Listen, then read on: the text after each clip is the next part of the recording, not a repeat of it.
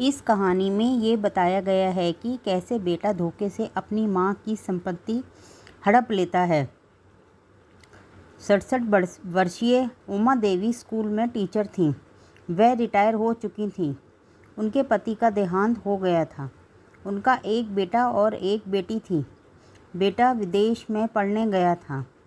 वहीं नौकरी करके शादी करके अपनी गृहस्थी बसा ली थी। बेटी की शादी हो चुकी थी। वह अपने परिवार में सुखी थी। रिटायरमेंट के बाद जीवन बड़ा खाली खाली सा लगता था। वह अपने पुराने दिनों को याद करती हैं। उनका गांव भी बहुत छोटा था। इतना छोटा था कि एक दिन में ही पूरे गांव में घूम सकते थे और हर आदमी से मुलाकात भी हो जाती थी। दरअसल शहर में आने से पहले उमा देवी अपने पति नेकचंद और बेटा नीरज, बेटी वंशिका के साथ गांव में ही रहते थे। परंतु बेटे की पढ़ाई की वजह से उन्हें गांव से शहर आना पड़ा, जहां उन्होंने अपना मकान खरीद लिया। परंतु शहर आने के 5 वर्ष बाद ही इनके पति का देहांत हो गया। पढ़ाई करने के लिए नीरज विदेश चला गया। वहीं उसकी नौकरी लग गई और भारतीय लड़की आराधना से शादी कर ली और वहीं का होकर रह गया। शुरू में तो नीरज फ़ोन कर लेता था, लेकिन अब तो कई महीने बीत जाते थे।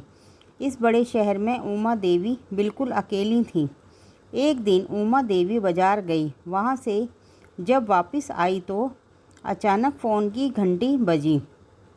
उसने रिसीवर उठाया तो दूसरी तरफ से आवाज़ आई, हेलो माँ, मैं नीरज बोल रहा हूँ। माँ बोली, हाँ बेटा, कैसे हो? बच्चे कैसे हैं? बहू कैसी है? एक ही सांस में उमा देवी ने कई प्रश्न पूछ लिए। तभी नीरज बोला, माँ, हम सब ठीक हैं। आपकी तबीयत कैसी है? ठीक है बेटा, इस उम्र में कुछ न कुछ तो लगा रहता है, परंतु शरीर चल रहा है, इसीलिए भगवान का शुक्र करती हूँ। आज बहुत दिनों बाद मेरी याद आई। क्या बताऊँ माँ, ज़िंदगी बहुत व्यस्त हो गई है, टाइम नहीं मिलता।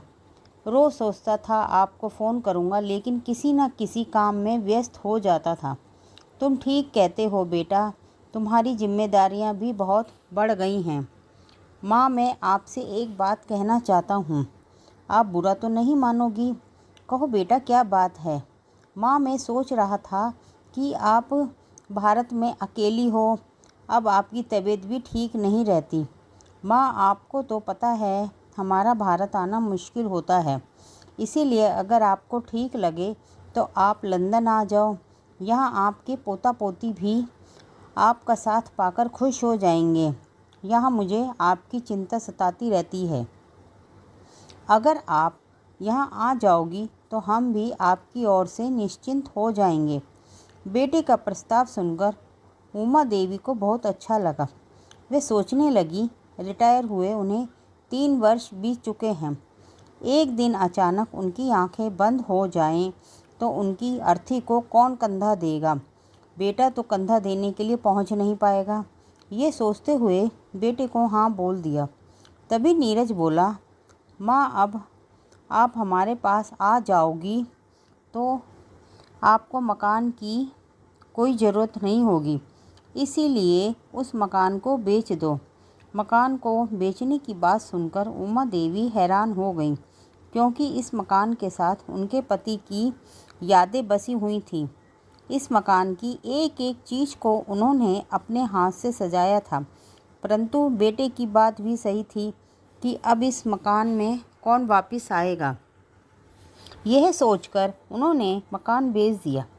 करीब 1 महीने बाद नीरज भारत वापस आया, मकान के पैसे लेकर, और उमा देवी ने जो बैंक में एफडी बना रखी थी, नीरज ने उसका ड्राफ्ट बनाकर कैश करवा लिया। सारी संपत्ति बेचने के बाद वे लोग लंदन जाने के लिए तैयार थे। निश्चित समय पर वे लोग एयरपोर्ट पहुंच गए। नीरज ने कहा, माँ, आप यहीं बैठिए, मैं सारे कागज़ चेक करवा कर आता हूँ, फिर आपको लेकर चलूँगा। उमा देवी वहीं बैठ गई। बैठे बैठे वह अतीत में खो गई। जिस मकान को उनके पति ने बनवाया था, उसे बेचते समय उनका मन भारी हो रहा था। जब वे शहर आए थे तो उनके पति ने कहा था कि हम किराए के घर में रह लेते हैं, लेकिन उमा देवी मना कर देती हैं। चाहे छोटा सा फ्लैट हो, लोन लेकर खरीद लेते हैं। बुढ़ापे में हमें कहीं भटकना नहीं पड़ेगा। कितने शौक से पति ने यह फ्लैट लिया था, लेकिन कुछ ही दिन इस मकान में रहकर अकेला छोड़कर भगवान को प्यारे हो गए। पति की मृत्यु के समय नीरज भारत आया था, लेकिन कुछ दिनों बाद वापस चला गया। नीरज के जाने के बाद उमा देवी अकेली रह गई थी। कहीं पर भी उनका मन नहीं लगता था। अचानक उमा देवी का ध्यान भंग हुआ। उन्हें लगा बहुत देर हो चुकी है, नीरज अभी तक चेक करके नहीं आया। घड़ी की तरफ देखा तो 2 घंटे बीत चुके थे। तभी उमा देवी काउंटर पर जाकर लंदन जाने वाली फ़्लाइट के बारे में पूछती हैं कि मेरा बेटा नीरज पेपर चेक करवाने आया था, पर वह मुझे कहीं दिखाई नहीं दे रहा। काउंटर पर कार्यरत एक महिला ने यात्रियों की लिस्ट देखकर बताया, नीरज नाम का यात्री यहाँ आया था, चेक करवाया था। लंदन की फ़्लाइट निकले तो 1 घंटा हो चुका है। महिला की बात सुनकर उमा देवी हैरान हो गई और बोली, मैडम मुझे भी लंदन की फ़्लाइट में जाना था। तभी काउंटर वाली महिला बोली, आंटी जी, जिन यात्रियों का नाम लिस्ट में था वह सभी चले गए हैं। तभी उमा देवी रोते हुए बोली, क्या मेरा बेटा मुझे लिए बिना लंदन चला गया? इसका मतलब उसने मेरा टिकट नहीं लिया था। ये तो उसने मेरे साथ बहुत बड़ा विश्वासघात किया है। वह अपना सिर पकड़कर ज़मीन पर बैठ गईं। तभी वह सोचती हैं कि नीरज को विदेश भेजने के लिए उसके पति पत्नी ने दिन रात मेहनत की, रिश्तेदारों से पैसों की मदद मांगी, लेकिन सभी ने इनकार कर दिया। मैंने अपने गहने बेचकर और बची हुई जमा पूंजी से नीरज को विदेश भेजा, लेकिन आज मुझे इतना बड़ा धोखा देकर चला गया। सिक्योरिटी गार्ड की आवाज़ से ध्यान टूटा। उसने पूछा, मैडम आपको कहाँ जाना है? मैं देख रहा हूँ आप काफ़ी समय से यहीं बैठी हैं। तभी उमा देवी बोली, मुझे तो मेरे बेटे के साथ लंदन जाना था, लेकिन वह मुझे छोड़कर चला गया। मेरी किस्मत मुझे कहाँ ले जाए मुझे कुछ पता नहीं। दुखी मन से वे एयरपोर्ट से बाहर आ गई और सोचने लगी, भगवान इस मुसीबत की घड़ी में कहाँ जाऊंगी? अब तो मेरे पास मेरा अपना घर भी नहीं है। क्या मैं अपने बड़े भाई के पास जाऊं, या वह मेरी मदद करेगा, या फिर अपनी जेठानी के पास जाऊं? कुछ समझ नहीं आ रहा था। रात भी हो चुकी थी। बस पकड़कर वह जेठानी के घर पहुंच गई।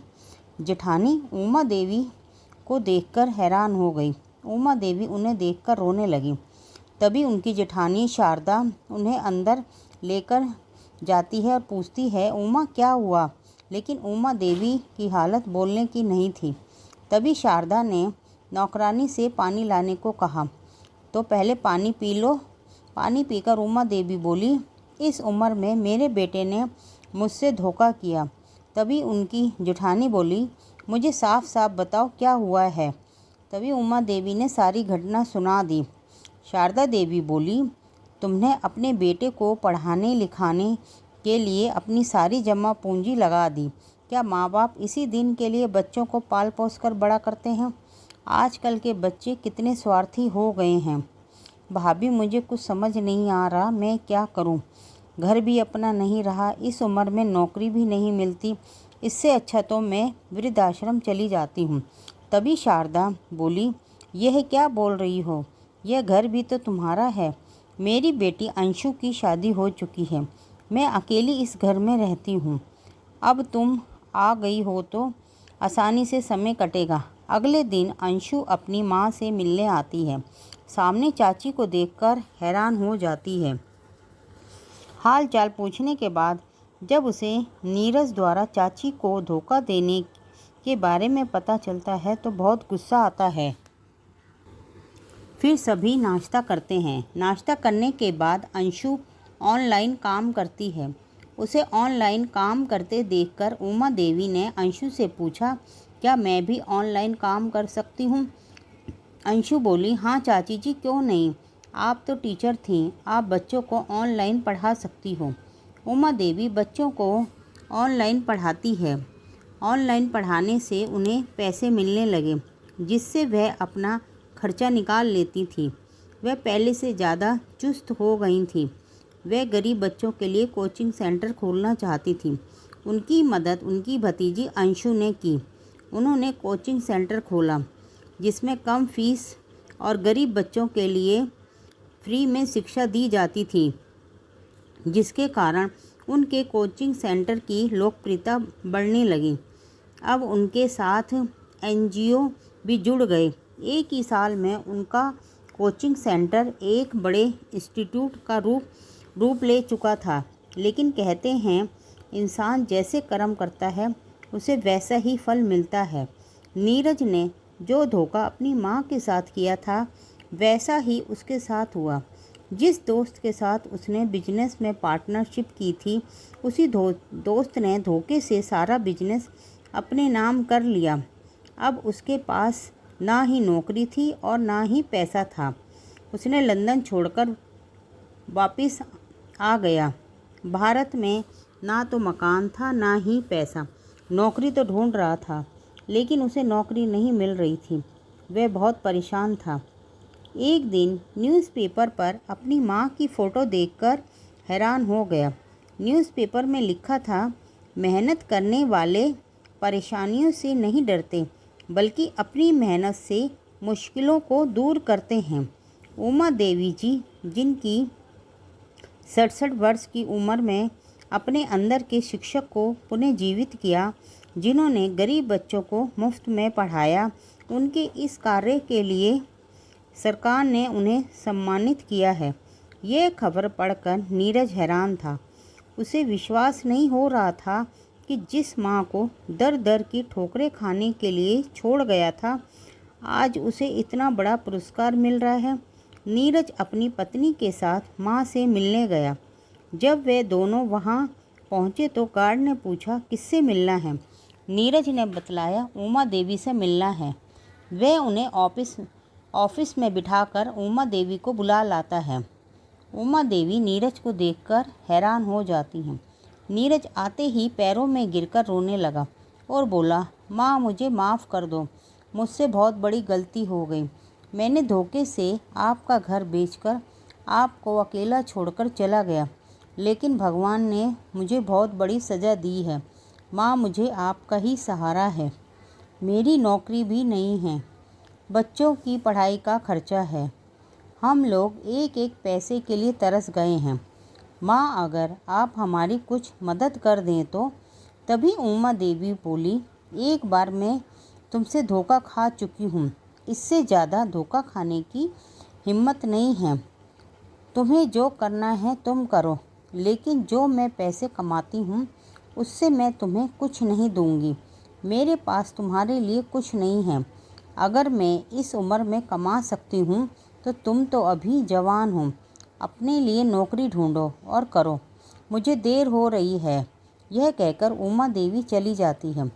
बहू बेटा अपना सा मुँह लेकर वापस घर आ जाते हैं।